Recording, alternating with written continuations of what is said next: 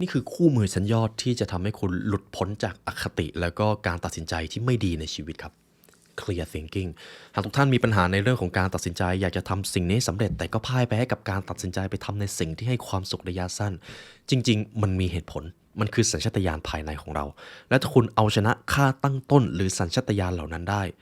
ยังไงคุณก็อยู่เหนือความคิดและคุณก็จะประสบความสำเร็จเพราะทุกอย่างมันเริ่มต้นมาจากความคิดครับ ในเอพิโซดนี้เราจะมาเรียนรู้การคิดให้เฉียบคม Clear Thinking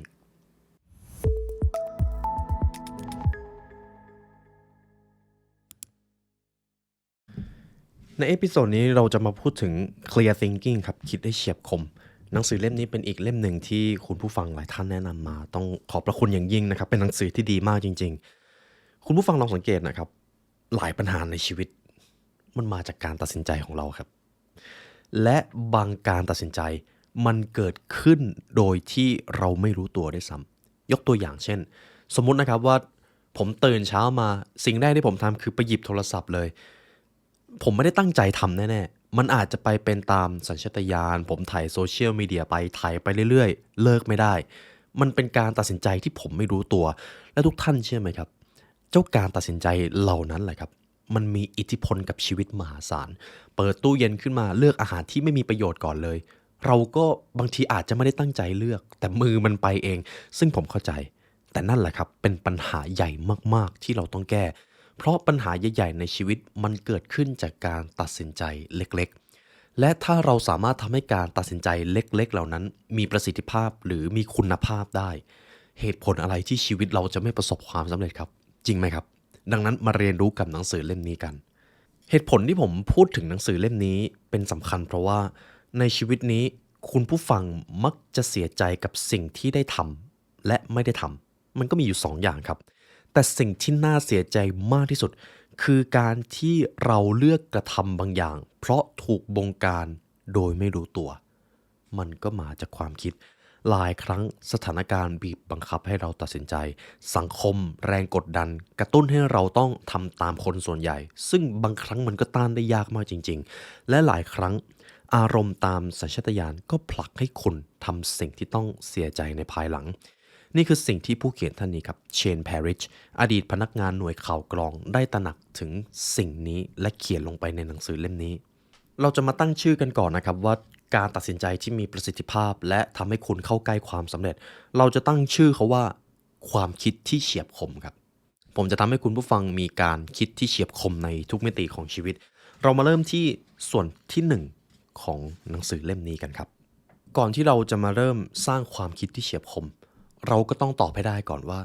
ปัญหาอะไรที่มันเป็นศัตรูของการคิดที่เฉียบคมปัญหาจริงๆมันคืออะไรคุณผู้ฟังลองทายดูว่าเหตุผลที่สมมติคุณอยากดูแลสุขภาพแต่คุณก็ฝืนตัวเองในการไปหยิบขนมไม่ได้คุณอยากดูแลการนอนแต่คุณก็อดใจไม่ได้ที่จะดูซีรีส์จนดึกคุณอยากทำให้ตัวเองประสบความสำเร็จแต่ก็บังคับให้ตัวเองไปอ่านหนังสือไม่ได้เสียทีศัตรูมันคืออะไรปัญหาจริงๆมันคืออะไร ทุกท่านเคยลองทบทวนดูไหมครับ ถ้าเรารู้นะครับบางทีมันอาจจะอยู่ใกล้ตัวกว่าที่เราคิด ผมจะยกตัวอย่างส่วนหนึ่งจากหนังสือเล่มนี้นะครับ ในช่องว่างระหว่างสิ่งเร้าหรือสิ่งกระตุ้นภายนอกและการตอบสนองของเรา มีสองสิ่งที่อาจเกิดขึ้นได้ไม่อย่างใดก็อย่างหนึ่ง คุณอาจจะรู้ตัวแล้วหยุดเพื่อใช้เหตุผล หรือคุณอาจจะปล่อยให้อารมณ์มาบงการ มันจะมีอยู่สองทางเลือกครับ คุณผู้ฟังจะปล่อยให้อารมณ์มาบงการหรือปล่อยให้ตัวคุณมีเหตุผลตรงนี้จะเป็นส่วนที่สำคัญอย่างยิ่งปัญหาก็คือพฤติกรรมที่เราเคยชินมักจะทำให้เราปล่อยให้อารมณ์มาควบคุมสมมติมีคนมาด่าดูหมิ่นคุณผู้ฟังบางครั้งเราก็ตอบโต้ไปด้วยคำพูดแรงๆกลับและเราก็มาเสียใจที่เราทำเมื่อมีคนพูดขัดจังหวะเรามักจะรู้สึกโกรธหรือหงุดหงิดจนมันออกมาเป็นบุคลิกของเรา เมื่อสิ่งต่างๆดำเนินไปช้ากว่าที่เราต้องการเราก็จะหงุดหงิดงุนง่านรถติดหงุดหงิดมากเลยแต่ถ้ามาดูตัวเลขจริงๆบางการจราจรที่มันติดขัดอาจจะทำให้คุณเสียเวลาไม่ถึง1นาทีด้วยซ้ำและ1นาทีนั้นบางทีเราก็อาจจะทำอะไรไม่ได้มากแต่ทำไมเราถึงไม่หงุดหงิดสิ่งนั้นเราจะเรียกกันว่าชีววิทยาครับบางอย่างสมองของเรากำลังถูกเงื่อนไขทางชีววิทยาของเราเข้าควบคุมครับ ผลลัพธ์ที่ได้ก็จะเป็นไปในทางตรงกันข้ามกับที่คุณต้องการหลายเหตุการณ์ที่คุณผู้ฟังถูกอารมณ์มาครอบงำแล้วคุณไม่มีเหตุผลคุณทำในสิ่งที่คุณมักจะเสียใจในภายหลังมันคือชีววิทยาที่บงการสมองอยู่ครับดังนั้นความผิดอาจจะไม่ใช่ของคุณตรงๆครับแต่มันขึ้นอยู่กับสัญชาตญาณภายในตัวคุณเองแต่มันก็อยู่ในตัวคุณอยู่ดีดังนั้นในการปรับปรุงผลของการกระทำให้ดีขึ้นก้าวแรกเลยครับฝึกตัวเองให้รู้จักช่วงเวลาที่ต้องหยุดครับเช่น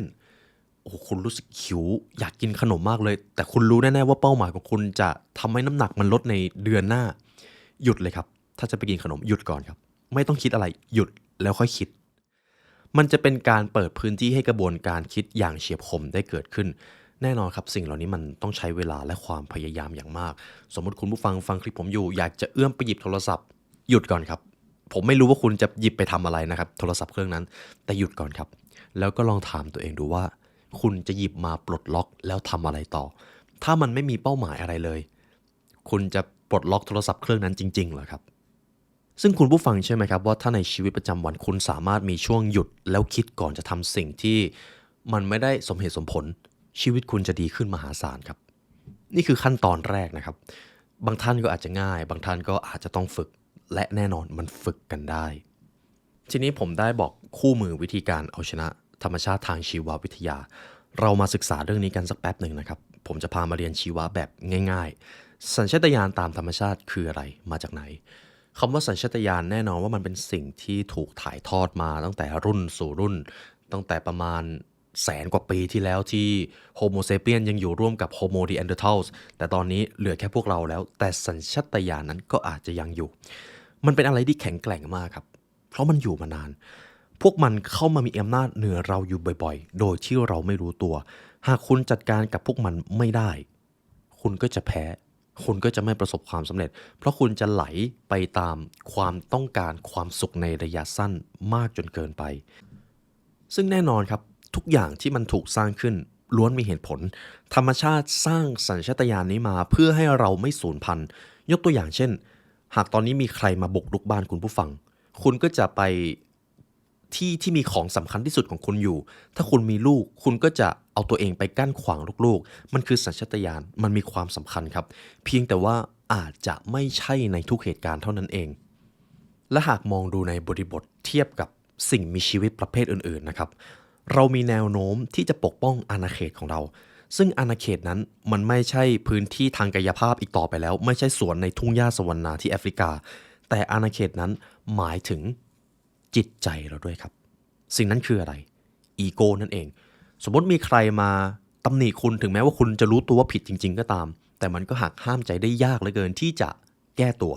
เพราะเรากำลังปกป้องอาณาเขตภายในของเรามันก็คือส่วนหนึ่งทางสัญชาตญาณทางธรรมชาตินั่นเองเราจะปิดหูปิดใจปกป้องตัวเองเห็นไหมครับคุณผู้ฟังเรามีสิ่งนี้กันอยู่ทุกคนแต่ส่วนที่มันสำคัญของสัญชาตญาณก็เพื่อเอาชีวิตรอดเพื่อที่จะค้นหาตัวเองแต่ส่วนที่อันตรายมันจะมีอยู่4ส่วนครับแม้คนเราจะมีสัญชาตญาณหลายอย่างแต่สัญชาตญาณที่มันแตกต่างและอันตรายเขาค้นพบว่ามันมีอยู่4อย่างอย่างที่1ค่าตั้งต้นทางอารมณ์มนุษย์มักตอบสนองต่อความรู้สึกมากกว่าเหตุผลและข้อเท็จจริงจริงๆก็เป็นสิ่งมีชีวิตทุกประเภทนะครับเพียงแค่ว่ามนุษย์สามารถทำได้ดีที่สุดเท่านั้นเองกับ2ค่าตั้งต้นทางอัตตามนุษย์มักตอบสนองต่ออะไรก็ตามที่คุกคามความรู้สึกมีคุณค่าในตนเองหรืออะไรที่มันทำให้เรารู้สึกต่ำต้อยเราก็จะโต้ตอบกลับไปโดยที่บางครั้งเราอาจจะไม่ได้คำนึงถึงเหตุผลเท่าที่ควร 3. ค่าตั้งต้นทางสังคมมนุษย์มักปฏิบัติตามบรรทัดฐานของกลุ่มสังคมส่วนใหญ่เป็นสิ่งที่เป็นภาพสะท้อนของสัตว์สังคมนั่นเองข้อที่ 4. ความเฉื่อยตั้งต้นมนุษย์ทุกคนต่างชอบทำตามกิจวัตรและความสบายใจในระยะสั้นนี่คือสิ่งที่เป็นอันตรายต่อความสำเร็จของพวกเราครับเจ้าความเฉื่อยตั้งต้นอยากออกกำลังกายแต่การจะตื่นไปวิ่งตอนเช้ามันยากเหลือเกินหากเทียบกับการตื่นมาแล้วถ่าย Facebook มันง่ายกว่ามากๆเลยตัวนี้เลยครับปัญหาที่มันอยู่ในตัวเราคือเจ้าตัวนี้นั่นเองค่าตั้งต้นเหล่านี้ไม่มีขอบเขตชัดเจนและมักผสมปนเปกันบ่อยๆดังนั้น ผู้ที่ควบคุมพฤติกรรมตั้งต้นของตนเองได้จะได้รับผลลัพธ์ที่ดีที่สุดในชีวิตครับมันอยู่ภายในของเรานี่เองถ้าคุณควบคุมมันได้คุณประสบความสำเร็จเลยครับในโลกแห่งความเป็นจริง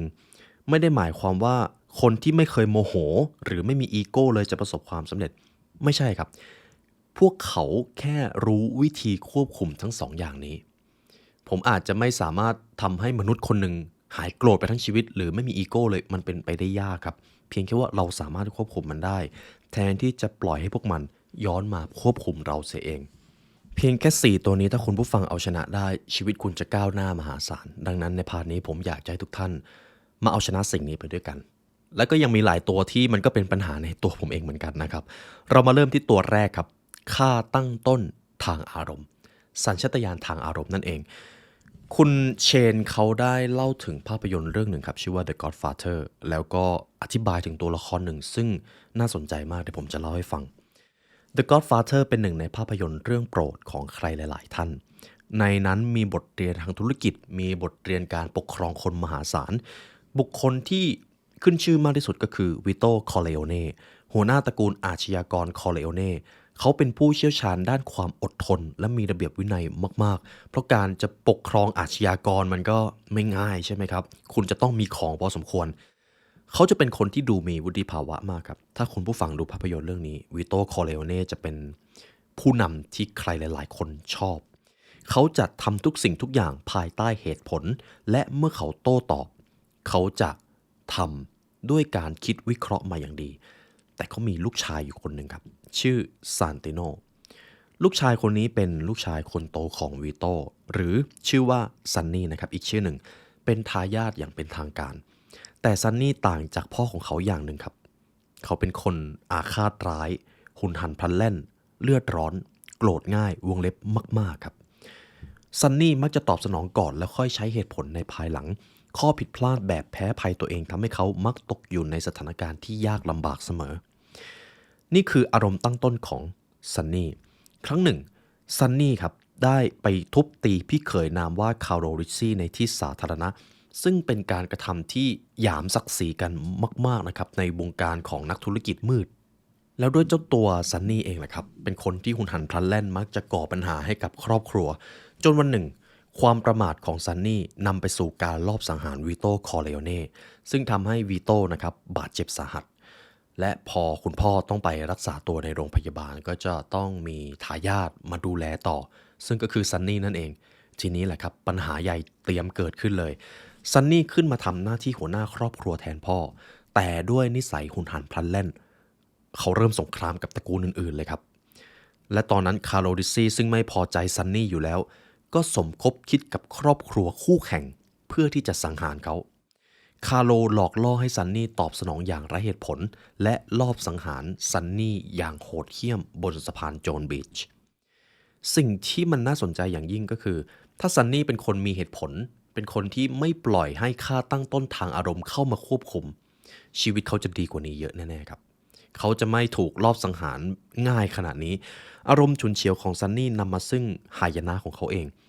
หลายคนก็เป็นแบบนี้นะครับในชีวิตจริงเราปล่อยให้อารมณ์มาบงการโดยเฉพาะอย่างยิ่งเมื่อเรามีอำนาจเมื่อเรามีสิ่งที่สามารถควบคุมได้จนเราลืมไปว่าสิ่งเหล่านี้เดี๋ยววันหนึ่งมันอาจจะไม่ได้อยู่กับเราจนท้ายที่สุดซันนี่ก็จะต้องรับบทเรียนราคาแพงไปแต่สิ่งที่มันแน่ๆก็คือชีวิตจริงบางครั้งมันยิ่งกว่าในภาพยนตร์นะครับผมเลยอยากให้คุณผู้ฟังระลึกไว้ข้อหนึ่งครับเวลาที่เราตอบสนองด้วยอารมณ์เรามักจะไม่รู้ด้วยซ้ำว่าเรากำลังอยู่ในจุดที่ต้องคิดให้เฉียบคมเมื่อคุณถูกครอบงำไปชั่วขณะหนึ่งเครื่องมือทั้งหมดในโลกที่คุณจะสามารถเอามาใช้มันก็ช่วยอะไรคุณไม่ได้เลยทีนี้เราจะมาถอดบทเรียนตรงนี้กันครับจากอารมณ์สู่การกระทำอารมณ์ที่มันอยู่ในด้านลบแล้วมันอยู่เหนือเหตุผลของเรามันส่งผลกับการกระทำอย่างไรบ้างบางครั้งเราทุกคนล้วนมีความเป็นซันนี่อยู่บ้างทั้งนั้นทุกท่านเคยรู้สึกโกรธกลัวหรือมีอารมณ์อื่นๆแทรกเข้ามาแล้วรู้สึกถูกบังคับให้ลงมือทำอะไรลงไปในทันทีแต่ในช่วงเวลาเหล่านี้แหละที่การกระทำต่างๆของเรามักไม่ค่อยให้ผลดีกับเราครับมันเป็นแบบนั้นเลยคุณผู้ฟังทำธุรกิจคุณโกรธคู่แข่งที่ขัดขวางไม่ให้คุณทำสิ่งที่จะเป็นประโยชน์ที่สุดต่อตัวคุณช่วงเวลาที่คุณโกรธคู่แข่งนั่นแหละครับคือช่วงเวลาที่ดีที่สุดที่คู่แข่งต้ ต้องการครับผมนึกถึงตำราพิชัยสงครามเลยหากคุณต้องการเอาชนะทัพใดไปกระตุ้นความโกรธแม่ทัพเขาก่อนแล้วหลังจากนั้นทุกอย่างมันจะง่ายขึ้นเยอะบางทีคุณไม่ต้องเดินหน้ารบด้วยเดี๋ยวเขาอาจจะทำอะไรบางอย่างที่ทำลายตัวเองเพราะความโกรธของเขาการถูกยั่วยุด้วยความโกรธง่ายเป็นสิ่งที่อันตรายอย่างยิ่งครับ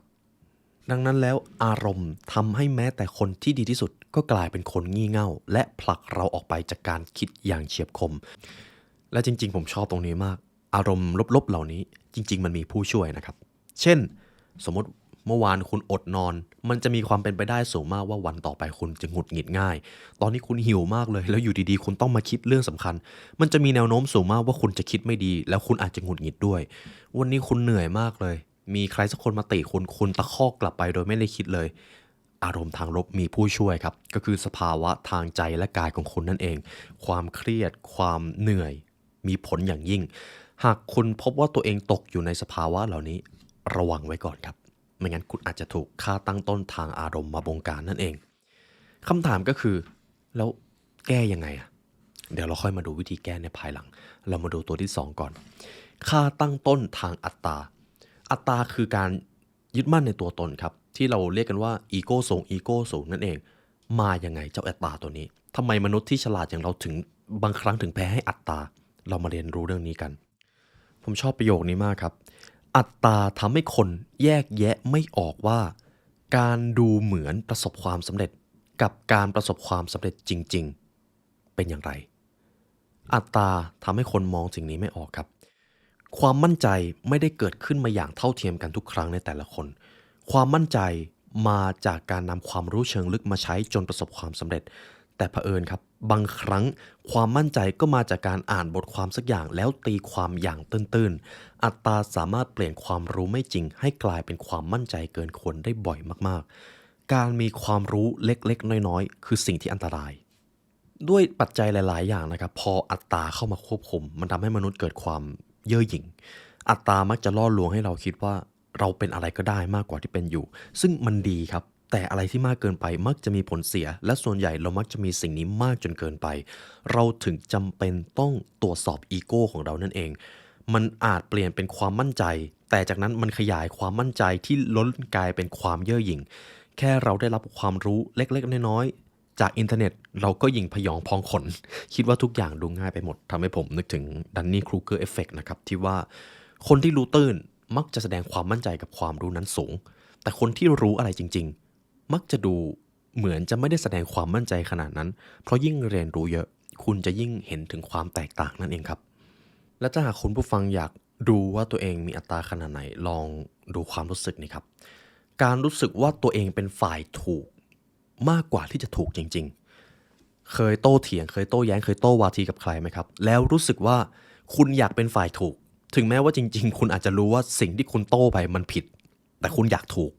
เคยรู้สึกแบบนั้นไหมครับผมเชื่อว่าหลายครั้งเรามีแน่ๆมนุษย์มักปรารถนาให้ตัวเองเป็นฝ่ายถูกต้องมากกว่าเป็นฝ่ายถูกต้องจริงๆทุกท่านน่าจะเข้าใจสิ่งที่ผมพูดมันมาจากค่าตั้งต้นทางอัตราครับมันกระตุ้นให้เราอยากเป็นฝ่ายถูกแม้ต้องแลกมากับความถูกต้องอะไรบางอย่างทำให้เรารู้สึกดีได้มากกว่าความถูกต้องรู้สึกดีมากเสียจนเราเผลอตัวจัดระเบียบโลกใหม่ไปตามลำดับที่ตนเองชอบก็คืออัตตานั่นเองโดยเฉพาะอย่างยิ่งเมื่ออัตราของมนุษย์เกิดความสูงมากจนเกินไปเขาจะเริ่มอยากดูดีมากกว่าที่จะอยากทำในสิ่งที่ถูกต้องครับ อยากพิสูจน์ตัวเองทุกคนจะต้องชื่นชมทุกคนจะต้องสรรเสริญเราจะต้องมีภาพความสำเร็จที่ทำให้ทุกคนได้เห็นถึงแม้ความเป็นจริงแล้วความสำเร็จมันเป็นเรื่องของตัวบุคคลและการกระทำของคนคนนั้นโดยไม่จำเป็นต้องอวดอ้างก็ได้มันมีหลายปัจจัยหลายภาพสะท้อนมากครับนี่คือส่วนของอัตตาเรามาดูตัวที่3ค่าตั้งต้นทางสังคมผมชอบประโยคนี้มากที่ทุกคนคิดเหมือนกัน คือที่ที่ไม่มีใครได้คิดสักเท่าไหร่มนุษย์เป็นสิ่งมีชีวิตที่ชอบทำตามคนส่วนใหญ่ครับหลายสิ่งหลายอย่างมากที่เราทำตามคนอื่นและเราก็ไม่รู้ว่าที่มาที่ไปของมันคืออะไรคือตัวนี้ครับค่าตั้งต้นทางสังคมค่าตั้งต้นทางสังคมทำให้คุณอยากกระทำตามคนอื่นๆมันหลอกล่อให้เราทำตัวสอดคล้องกับความคิดหรือพฤติกรรมอย่างหนึ่งอย่างใดเพียงเพราะคนอื่นๆทำครับ สิ่งนั้นเราจะเรียกกันว่าแรงกดดันทางสังคมมันคือความต้องการเป็นหนึ่งเดียวกับกลุ่มด้วยความที่ตอนที่มนุษย์เพิ่งถือกำเนิดนะครับย้อนกลับไปในยุคโฮโมเลยเราจำเป็นมากๆที่ต้องอยู่รวมกันเราแยกตัวออกมาจากกลุ่มไม่ได้จริงๆเพราะถ้าเราแยกเราตายดังนั้นการที่ทำตัวเป็นปรปักษ์กับกลุ่มมันก็ไม่ต่างจากการฆ่าตัวตายดีๆนี่เองแล้วสัญชาตญาณนั้นครับพอมันเกี่ยวกับการเอาชีวิตรอดมันก็จะต้องแข็งแกร่งเราจะต้องพึ่งพามันเพียงแต่ว่าทุกวันนี้มันยังอยู่กับเราเท่านั้นเองถึงแม้เราจะไม่ได้เจออันตรายแบบเมื่อก่อนแล้วและผมชอบอีกบริบทหนึ่งซึ่งผมชอบถามคนใกล้ตัวเล่นๆนะครับสมมุติตอนนี้เราเป็นคนไทยกันและเผอิญครับมีช่วงเวลาหนึ่งที่เราได้เกิดเป็นคนเยอรมันในช่วงสงครามโลกศตวรรษที่20สมมุติถ้าผมถามว่าตอนนั้นคุณเป็นคนเยอรมันคุณคิดว่าคุณสามารถไม่ก่อสงครามกับพันธมิตรได้หรือเปล่าคุณคิดว่าคุณจะไม่เข้าร่วมกองทัพของฮิตเลอร์หรือไม่เกือบ99%ก็บอกว่าโอ้โหไม่ร่วมหรอกไม่อยากไปทำสงครามมันไม่ดีเพราะสุดท้ายแล้วฝั่งนาซีไปทำร้ายคนเยอะแต่สิ่งที่มันน่าสนใจอย่างยิ่งก็คือนักวิทยาศาสตร์ก็สงสัยเรื่องนี้เหมือนกันครับและเขาก็ได้ทำการไปถามจริงๆเลยว่าทหารผ่านศึกของกองทัพเยอรมันในช่วงสงครามโลกครั้งที่2ตอนนั้นสงครามจบไปเรียบร้อยนะครับนักวิทยาศาสตร์ก็ไปถามว่าทำไมอะไรเป็นเหตุผลที่ทำให้คุณหันมาจับปืนแล้วก็เข็นฆ่าชาวยิวอะไรทำให้คุณเข็นฆ่าพันธมิตร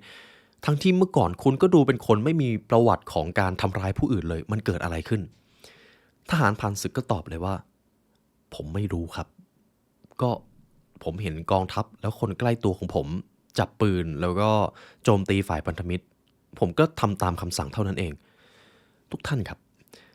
ทหารผ่านศึกของเยอรมันเขายังไม่รู้ตัวด้วยซ้ำว่าสิ่งที่เขาทำมันถูกหรือมันผิดเขาก็คิดแค่ว่าก็คนในกลุ่มเขาทำแบบนั้นแล้วถ้าเขาไม่ทำเขาก็จะเป็นปรปักษ์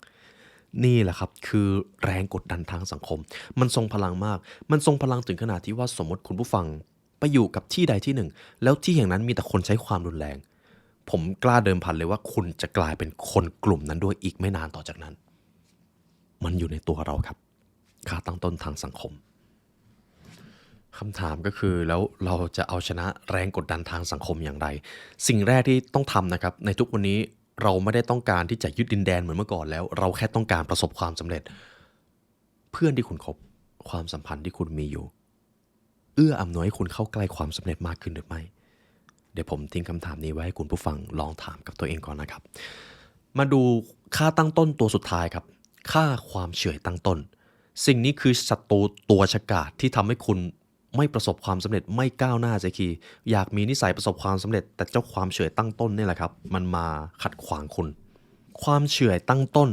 มันทำให้เราต้องทนทำงานที่เราไม่ชอบและมันทำให้เราต้องทนอยู่กับความสัมพันธ์ที่ทำให้เราไม่มีความสุขแต่ถ้ามาลองถามดีๆคุณจะทนไปทำไม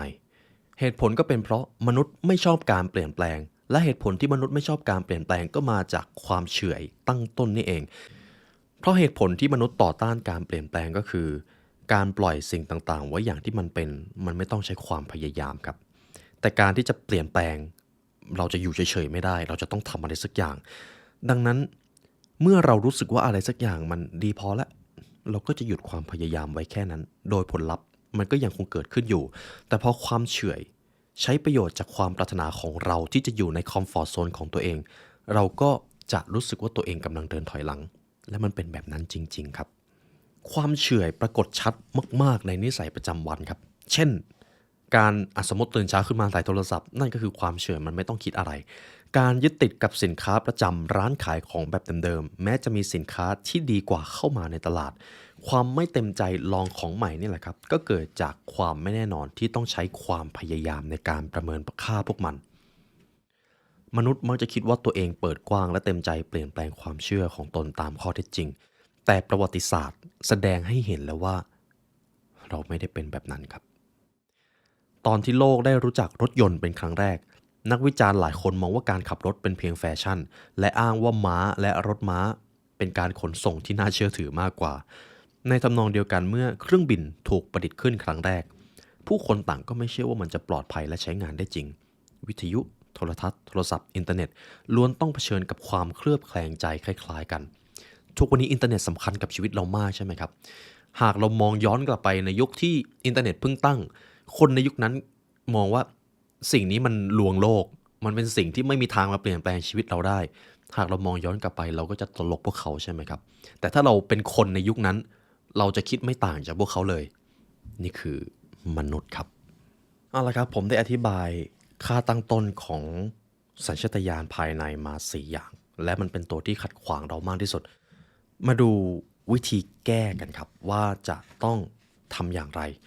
ในส่วนที่2ครับเราจะมาสร้างความแข็งแกร่งให้กับเจ้าความคิดและจิตใต้สำนึกของเรากันการต่อต้านศัตรูการคิดอย่างเฉียบคมต้องใช้มากกว่าความมุ่งมั่นครับคุณจะต้องใช้วินัยคุณจะต้องใช้การฝึกฝนและจะต้องใช้การรู้ตัวแล้วต้องรู้จักตัวเองด้วยดังนั้นเรามาฝึกกันยังจำตอนแรกได้ไหมครับที่ผมบอกว่าในช่วงเวลาใดก็ตามที่คุณกำลังทำในสิ่งที่ไม่ได้ทำให้คุณก้าวหน้ามากขึ้นหยุดแล้วคิดก่อนถ้าคุณรู้ว่าคุณจะทำไปทำไมโอเคทำแต่ถ้าคุณไม่รู้ว่าคุณทำไปทำไมอยู่ดีๆคุณก็ทำหยุดแล้วคิดก่อนแล้วก็ถามตัวเองอีกครั้งคุณจะทำจริงๆหรอเท่านี้แหละครับคุณจะได้ตกผลึกเรามาดูชัปเตอร์ที่2กันครับเริ่มกันที่ความรับผิดชอบต่อตนเอง self accountability จงรับผิดชอบการพัฒนาความสามารถของตนสิ่งนี้ไม่มีใครช่วยคุณได้เลยหากคุณตัดสินใจว่าจะเป็นทาสเจ้าข้าตั้งต้นก่อนหน้าหรือจะเป็นนายของมันไม่มีใครมาบังคับคุณได้ครับคุณจะต้องรับผิดชอบมัน 100% ซึ่งมันเป็นเรื่องดีครับเพราะนั่นหมายความว่าคุณมีอำนาจเหนือมันด้วยตัวคุณเพียงคนเดียวความรับผิดชอบต่อตนเองหมายถึงการรับผิดชอบสำหรับความสามารถความไร้ความสามารถและการกระทำของคุณเองถ้าคุณทำแบบนั้นไม่ได้คุณจะไม่มีวันได้ก้าวหน้าในชีวิตเลยอย่างแรกที่เราจะมาพูดกันครับข้อแก้ตัวการอดครวญไม่ใช่กลยุทธ์ที่ดีหากคุณรู้สึกว่าชีวิตของคุณไม่ได้ก้าวหน้าการแก้ตัวควรเป็นสิ่งสุดท้ายที่คุณควรทำสิ่งแรกที่คุณควรทำก็คือมองหาโอกาสและวิธีแก้ปัญหาครับนั่นคือจุดแรกเริ่มของการรับผิดชอบชีวิตตัวเองทุกท่านเชื่อไหมครับวันใดก็ตามที่คุณตัดสินใจแล้วว่าคุณจะเป็นผู้รับผิดชอบทุกอย่างที่เป็นผลลัพธ์ในชีวิตวันนั้นคือวันที่คุณได้เติบโตเป็นผู้ใหญ่เต็มตัวแหละครับไม่ว่าคุณจะอายุเท่าไหร่มันสำคัญขนาดนั้นเลยถึงแม้ว่าในชีวิตประจำวันของทุกท่านนะครับก็จะยังเจอบางคนที่เอะอะก็โอดครวญเอะอะก็พร่ำบ่นกับปัญหาแล้วก็ไม่เห็นเลยว่าจะลงมือแก้อะไรปล่อยเข้าไปครับตัวท่านจะต้องไม่เป็นแบบนั้นตัวท่านจะเป็นผู้รับผิดชอบชีวิตของตัวเองการเผชิญความจริงนี้บางครั้งเป็นเรื่องยากอย่างยิ่งสำหรับคนส่วนใหญ่การโทษสิ่งที่เราควบคุมไม่ได้มันดูง่ายครับมันไม่ต้องทำอะไรมันแค่รู้สึกดีแต่แค่ปัญหามันก็ยังอยู่เหมือนเดิมเราต้องต่อสู้กับความเห็นที่ผู้อื่นมอบให้เราก็เพื่อปกป้องความเชื่อของตัวเองแทนที่จะเปลี่ยนแปลงตัวเองเรากลับต้องการให้โลกเปลี่ยนแปลงและถ้าเราไม่มีอำนาจที่จะเปลี่ยนแปลงมันเราก็จะทำสิ่งเดียวที่เรารู้สึกว่าทำได้มันก็คือการพร่ำบ่นมันเลยกลายเป็นสิ่งที่คนส่วนใหญ่ทำแต่ถึงกระนั้นการบ่นไม่ได้ทำให้เกิดผลอะไรเลยมันแค่ทำให้คุณเข้าใจผิดคิดว่าโลกควรจะดำเนินในแบบที่คุณต้องการซึ่งมันเป็นไปไม่ได้ผมชอบประโยคนี้มากครับเมื่อใดก็ตามที่คนคนหนึ่งโทษสถานการณ์สิ่งแวดล้อมหรือผู้อื่นคนคนนั้นกำลังกล่าวอ้างว่าเขามีความสามารถเพียงเล็กน้อยที่จะบันดาลให้เกิดผลลัพธ์อะไรสักอย่างขึ้นมาแต่นั่นไม่ใช่ความจริงความจริงก็คือในชีวิตนี้ครับเราได้ตัดสินใจเลือกอะไรบางอย่างซ้ำแล้วซ้ำเล่าจนกลายเป็นนิสัยแล้วนิสัยเหล่านั้นก็มากำหนดเส้นทางของเราเส้นทางเหล่านั้นก็กำหนดผลลัพธ์ที่เกิดขึ้นกับเรา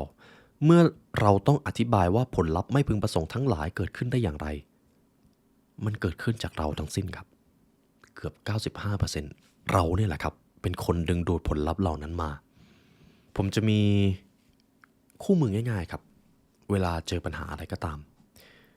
อย่าเอานิ้วชี้ของคุณไปชี้ที่ผู้อื่นสิ่งอื่นชี้มาที่ตัวเองครับไม่ได้ชี้มาเพื่อบอกว่าคุณมันผิดคุณมันแย่ไม่ใช่เลยครับชี้มาที่ตัวเองแล้วก็ถามว่าคุณพอจะแก้ปัญหานี้อย่างไรได้บ้างคุณพอจะทำอย่างไรได้บ้างเพื่อที่จะก้าวข้ามปัญหานี้ด้วยการกระทำและการตัดสินใจของคุณเองและถ้าคุณถามคำถามนี้นะครับคุณจะมองเห็นโอกาสมหาศาลอันนี้ผมจะขอนำตัวอย่างหนึ่งมาให้คุณผู้ฟังนะครับในช่วงประมาณเดือนที่แล้วมีคนมาปรึกษาปัญหากับผมเยอะพอสมควรส่วนใหญ่ก็แน่นอนครับเรื่องงานไม่ก็เรื่องเงินมันจะมีอยู่2 อย่างนี้ ถ้าเป็นเรื่องงานผมจะไม่มีคำตอบอะไรให้พวกเขาเลยแต่ผมจะชวนเขามันดีฟซิงกับผมคิดลึกๆกับผมเลยตอนนี้มีปัญหางานเรื่องนี้อยู่คุณทำงานมาที่นี่ตั้งหลายปีคุณไม่ก้าวหน้าสักทีผมอาจจะตอบไม่ได้หรอกว่าปัจจัยจริงๆเนี่ยมันคืออะไรเพราะมันมีปัจจัยหลายอย่างมากที่กำหนดผลลัพธ์แต่คุณลองถามคำถามนี้ดูสิหากคุณทำงานมาที่นี่หลายปีแล้วเหตุผลอะไรที่คุณยังไม่ก้าวหน้าเท่าที่คุณปรารถนาหากคุณคิดในมุมมองขององค์กรเหตุผลอะไรที่องค์กรยังไม่สามารถทำให้คุณได้ก้าวหน้าขนาดนั้นคุณพอจะตอบผมได้หรือเปล่าแล้วคุณผู้ฟังครับคุยไปคุยมาเขารู้เลยว่าพอจะรู้คำตอบแล้วว่าต้องพัฒนาตรงไหน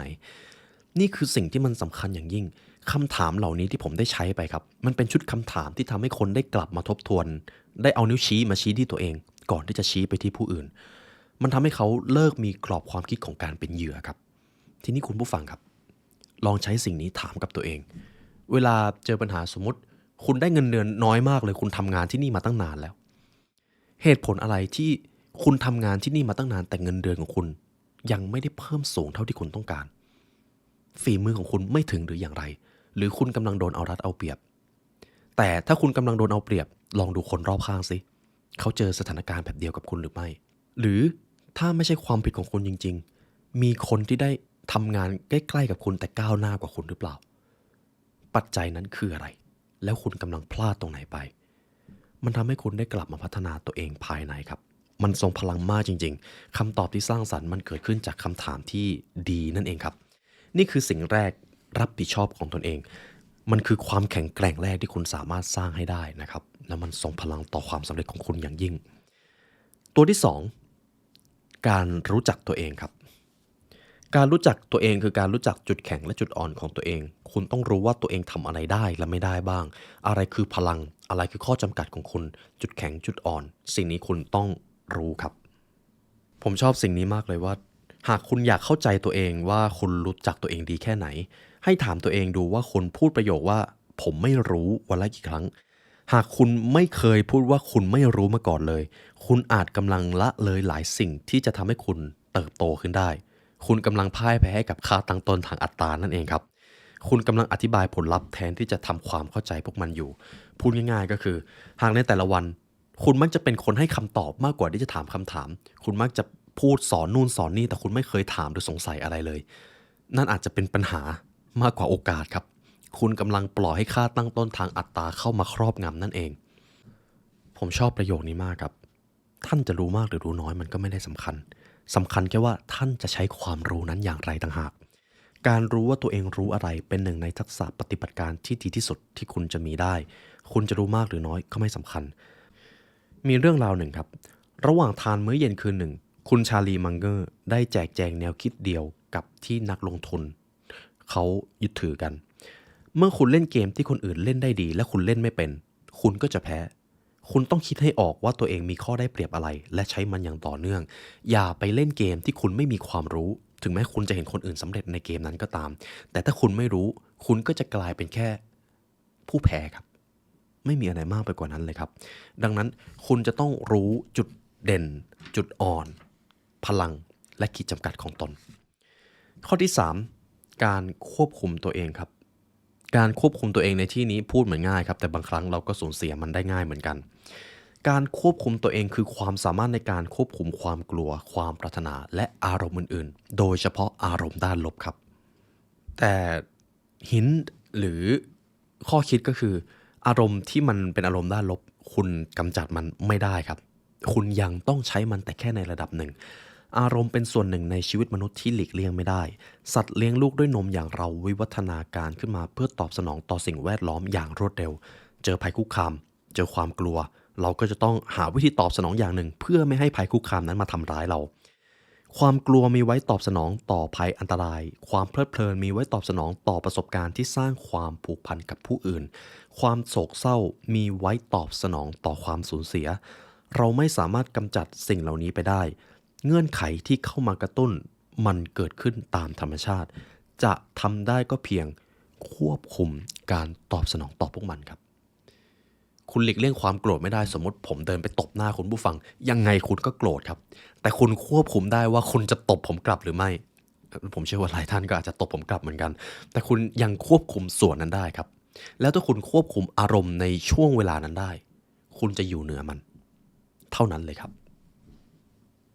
ดังนั้นการควบคุมตัวเองคือการสร้างพื้นที่ให้คุณได้ใช้เหตุผลหยุดไงครับถ้าจะทำอะไรที่มันส่งผลลบกับคุณแค่หยุดแทนที่จะแค่ทำตามสัญชาตญาณอย่างสุ่มสี่สุ่มห้าคุณสามารถดูแลและบริหารอารมณ์ของตัวเองได้ราวกับว่ามันเป็นวัตถุที่ไม่เคลื่อนไหวหรือก็เป็นสิ่งที่ไม่มีอำนาจมากำหนดการกระทำของคุณเว้นแต่ว่าคุณจะปล่อยให้มันทำเท่านั้นเองผมจะอ่านประโยคนี้ให้ฟังนะครับ ความสำเร็จส่วนใหญ่เกิดขึ้นจากการควบคุมตัวเองให้ทำอะไรก็ตามที่ควรทำให้ลุล่วงไม่ว่าตอนนั้นคุณจะอยากกระทำหรือไม่แต่ในระยะยาวแล้ว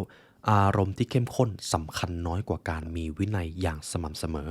แรงบันดาลใจและความตื่นเต้นจะคงอยู่แค่ชั่วคราวแต่วินัยและความภาคเพียรจะทำให้คุณประสบความสำเร็จไม่ว่าใครก็รักษาความตื่นเต้นเอาไว้ได้แค่ในนาทีแรกๆเท่านั้นแต่เมื่อเวลามันผ่านไปเข้า คนที่ยังรักษาระดับความตื่นเต้นไว้ได้จะมีน้อยลง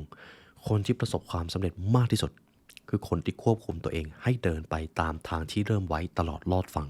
แม้มันจะไม่ได้เจอความตื่นเต้นเลยก็ตามแต่พวกเขาก็ยังคงทำนั่นแหละครับคู่มือหรือวิถีของความสำเร็จเรามากันที่ส่วนต่อไปครับความมั่นใจในตนเองผมว่าข้อนี้จะเกี่ยวโยงอย่างยิ่งกับค่าตั้งต้นทางอัตรานะครับ และจะเป็นอีกส่วนหนึ่งที่ทำให้เราเข้าใจว่าความมั่นใจกับอีโก้มันต่างกันยังไงความมั่นใจในตนเองคือการเชื่อว่าตนเองมีความสามารถและมีคุณค่าต่อผู้อื่นแน่นอนว่าเราต้องมั่นใจในตัวเองก่อนจึงจะสามารถคิดอย่างอิสระและยืนหยัดได้อย่างมั่นคงเมื่อเผชิญกับอัตราความเฉื่อยอารมณ์และแรงกดดันทางสังคมคุณต้องมั่นใจในตัวเองครับทีนี้ผมว่าสิ่งที่มัน จะอธิบายได้เลยว่าความแตกต่างระหว่างความมั่นใจในตัวเองกับอัตราต่างกันอย่างไรจำได้ไหมครับความมั่นใจในตัวเองคือสิ่งที่ช่วยให้คุณตัดสินใจเรื่องยากๆได้และรู้จักตัวเองมากขึ้นในขณะที่อัตราจะเป็นการพยายามป้องกันไม่ให้คุณรับรู้ข้อบกพร่องของตัวเองอีโก้คือภาพสะท้อนของการไม่มั่นใจในตัวเองเท่านั้นเลยครับ ความมั่นใจในตัวเองจะทำให้คุณแข็งแกร่งพอที่จะยอมรับข้อบกพร่องเหล่านั้นได้และเรียนรู้ที่จะอ่อนน้อมถ่อมตนความมั่นใจที่ปราศจากความอ่อนน้อมถ่อมตนมักเป็นความมั่นใจที่มากจนเกินไปซึ่งถือว่าเป็นความอ่อนแอครับไม่ใช่ความเข้มแข็งฉะนั้นแม้แต่คนที่มีความสามารถที่สุดก็ยังสงสัยตัวเองเป็นครั้งคราวแต่คนที่มั่นใจในตัวเองจะไม่ยอมแพ้ต่อความรู้สึกสิ้นหวังหรือไร้ค่าเพราะมันเป็นเพียงกับดักทางอัตตาอีกรูปแบบหนึ่งเท่านั้นเองในทางกลับกันพวกเขาจะสนใจที่จะทำภารกิจที่ทำอยู่ให้ลุล่วงแม้ว่าจะต้องพึ่งพาความช่วยเหลือจากผู้อื่นก็ตามผมชอบประโยคนี้มากครับ